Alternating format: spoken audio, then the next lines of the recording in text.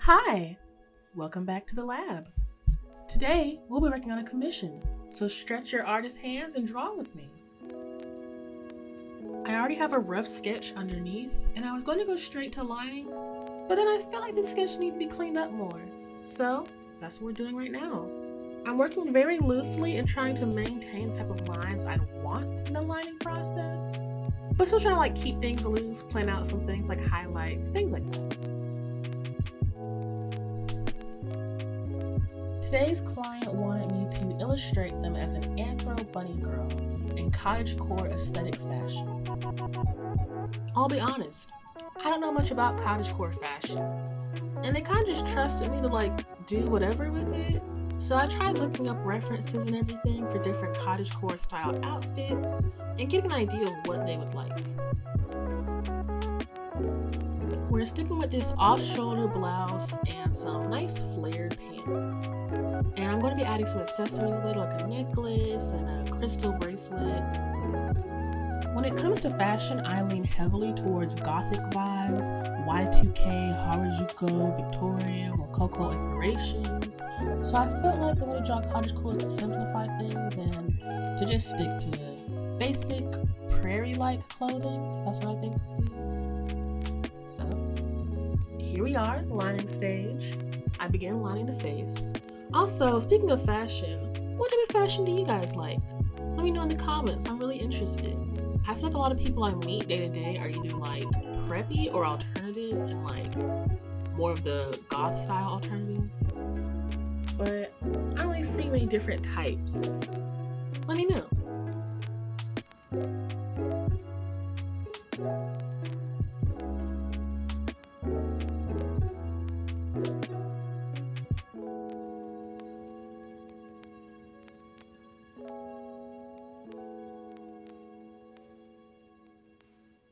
I had fun drawing this blouse.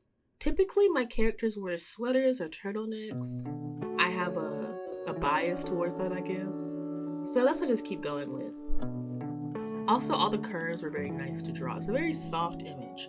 Big fluffy hair, fluffy bunny ears, and a lot of angles like I typically enjoy.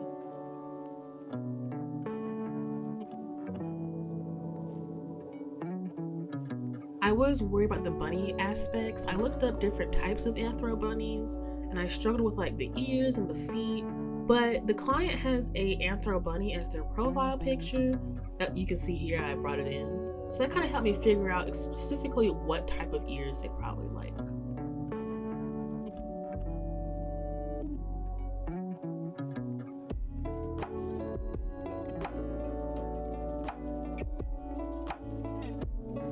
At this point, I'm just adding the necklace and I'm going over all the little details.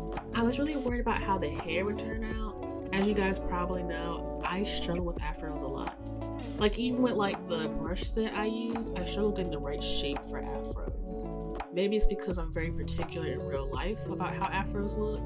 So when I'm drawing them, I'm just no, it's not right. It needs more volume, it needs more curls. But I played around with different methods. Typically I just block it in, but I watched a tutorial video where they turned the brush into an outline brush. So I did that here. And I also did something different as well. I grouped all my line art together. Typically I flatten the line art. So this is a bit of a different way to keep everything separate, but also be able to work on top of it. The client did have one specification. They wanted it to have earth colors. So I chose from the palettes that I use all the time. I chose a earth-based palette. Typically I choose a random palette, but because it had to be earth tones, I just picked one that had nice muted greens and blues. I was worried about the figure feeling like it was floating. They didn't want a background, so I just put a little shadow beneath them, and later on I will do grass texture and stuff, just so it's not feeling loose and in the air. Now this is a cell shaded commission, so at this point I started doing the shading, and I made this while I was still going through my art block before. So I was like, how do I even shade? I forgot everything. I do some basic flat shading and I just try to highlight certain areas. I think about the lighting and where I want the shading to be. And I was really experimenting here and there. And it doesn't look like a lot of experimenting, but I'm experimenting with like my approach to how I do it. Because I was like, should I add some strong lighting? How do I go about this? Also, the pose they're in, it's a very distinct pose. It gives this silhouette a very specific shape, but the pose also leads to everything being condensed. So I was really worried about how to go about that. At this point, this is where the experimenting really comes in. You're gonna see me do this a couple times. I had to do the glasses. I've done glasses a number of times. I have glasses. I draw them all the time. But this time around was my first time trying this technique of drawing glasses with like different layer blend modes and half tones and all these under textures. And I was like, oh gosh, does this look right? Does this look okay? At this point, I add deeper shading. Again, I was doing things I don't typically do. So typically I use a pitch black shade because I like that comic style. And then I add like a second shade that is lighter than the base skin tone. So I did something different here. I didn't add a pitch black one. I did like a deeper skin tone value for the shadows. I was still kind of anxious about it, so I added more line work to help emphasize certain areas and give it more of a textural appeal. I know what I like, but I just forgot how to do it. I add more shadows to the face, and then I add like the base shading I typically do to the face. I do like a natural lip tone. I add like really bright highlights to help bring some interest to the face. Things like that, just little things here and there, because I don't want to go overboard and make it feel like they're made up. And to be fair, I don't typically do makeup, but because I typically do like the glossy lips, I didn't want to feel overly done. I also lighten up the palms a bit. I color in the crystal jewelry and I add the flat colors everywhere else. The ears, the feet, I touch up the shadow beneath them a bit. And then the afro. The afro was also a struggle. I tried a different technique. I tried doing the whole thing where you like add some light tones to the frame of the face to make the hair look see-through. I don't think that works with 4C hair. I think it makes it look weird. I think that's a technique only for straight hair. So then I add like a gradient to the hair, and I don't want the gradient to be too strong and give off brown hair.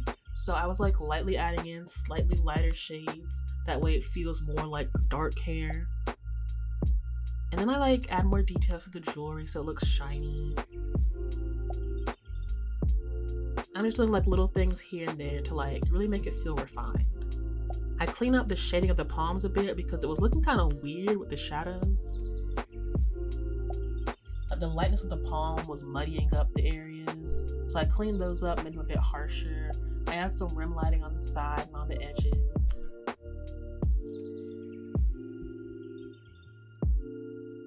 And then I add some more shading to the clothing. This was really fun for me. I like how the shading looks. I think it added a bit more intrigue. This turquoise shadow against this very neutral toned base. I began to shade the pants, and I was worried about the pants because I felt like they were a bit too plain. So like later on I'm going to add like halftones and things like that. And here I realized I forgot the tail, so I add that in as well.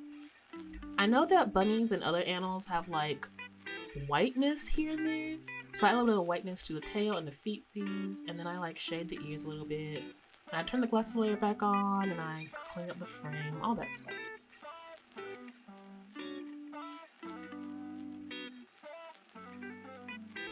At this point, I was still unsure about the glasses lens, so I took a second go at it. I did the same techniques I did before, but I modified them a bit since the first time I did my very first time doing it, so this is like my second time doing it. I emphasized some areas more, and I picked more from my color palette.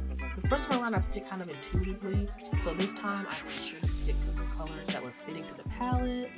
I adjusted things here and there. Like I tried to imply shadows underneath to imply like where her hair was through the glasses. And I want them to have like a fun texture, but not be overpowering and look like tinted glasses. I add some more rim lighting, playing on like the ears, and I thought the hair was too dark. So like I made another layer, I brightened it, and then I used like a clipping mask to bring in some of those bright tones without overpowering the image. Add more halftone textures, and I play around with things a lot, trying to like figure out how can I make this look more brush stick.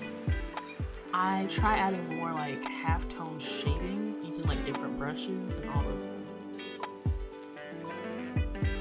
Around this point, I start to add a bit to the very bottom of the feet. I only took like a couple minutes, so I didn't mind.